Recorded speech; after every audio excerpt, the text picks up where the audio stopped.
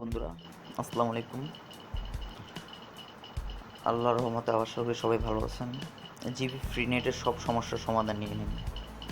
যাদের গতবার আমি একটি ভিডিও দিয়েছিলাম জিপি কীভাবে ফ্রি জিপির মাধ্যমে ফ্রি ইন্টারনেট চালানো যায়।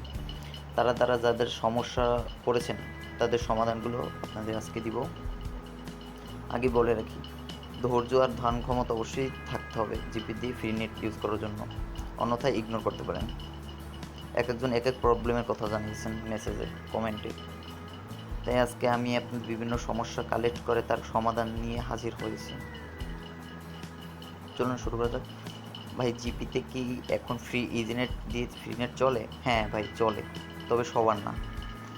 দ্বিতীয় নম্বর, কীভাবে ইজিনেট চালু করবেন? প্রথমে *121*3*7*3# ডায়াল করুন, তারপর ইন্টারনেট বন্ধ হবে। তারপর *5000*55 ডায়াল করে ইজিনেট চালু হবে। কীভাবে বুঝবো যে আমার ফ্রি নেট চালু হয়েছে কিনা? এটা বোঝার জন্য 2 নং উত্তরের কাজ সম্পন্ন করার পর আপনার সিমে টাকা মেগাবাইট 0.00 রেখে আপনার মোবাইলের ডিফল্ট ব্রাউজার বা গুগল ক্রোম ব্রাউজার দিয়ে যে কোনো একটি সাইটে ঢোকার চেষ্টা করুন। উদাহরণ tricbd.com।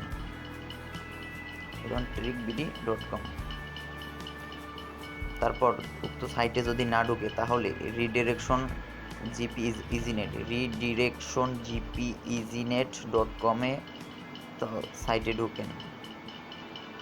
সাইটে অটোমেটিক ঢুকে যায়, তাহলে আপনার ফ্রি নেট চলার সম্ভাবনা আছে।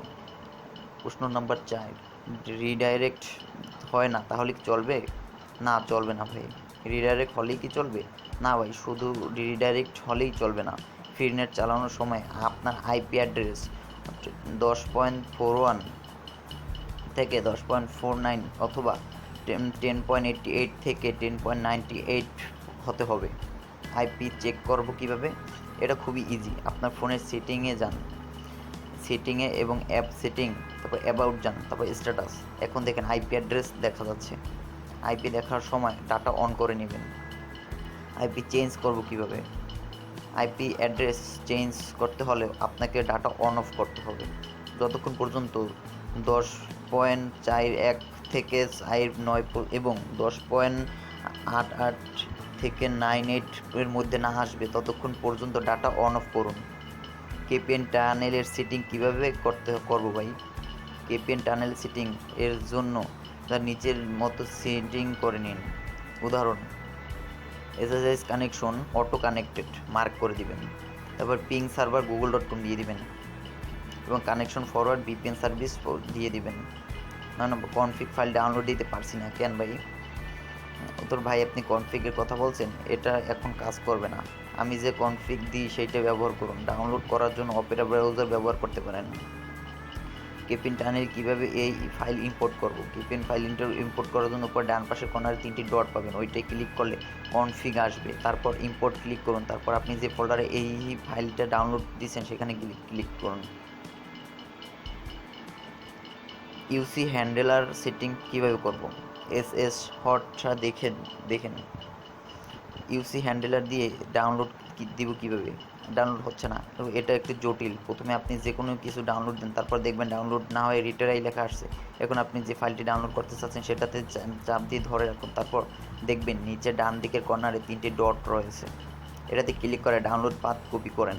তারপর এই আইপি অ্যাড্রেস প্রবেশ করান hideip.co।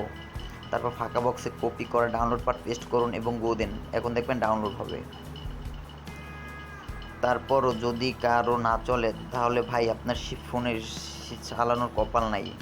সহজ ভাষায় বোঝানোর চেষ্টা করেছে, আশা করি সবাই বুঝতে পেরেছেন। এবং কারো প্রশ্নের উত্তর মিস্টেক হয়ে থাকলে সরি। আপনাদের কোনো পুনরায় কোনো সমস্যা থাকলে অবশ্যই জানাতে বলবেন। ধন্যবাদ সবাইকে।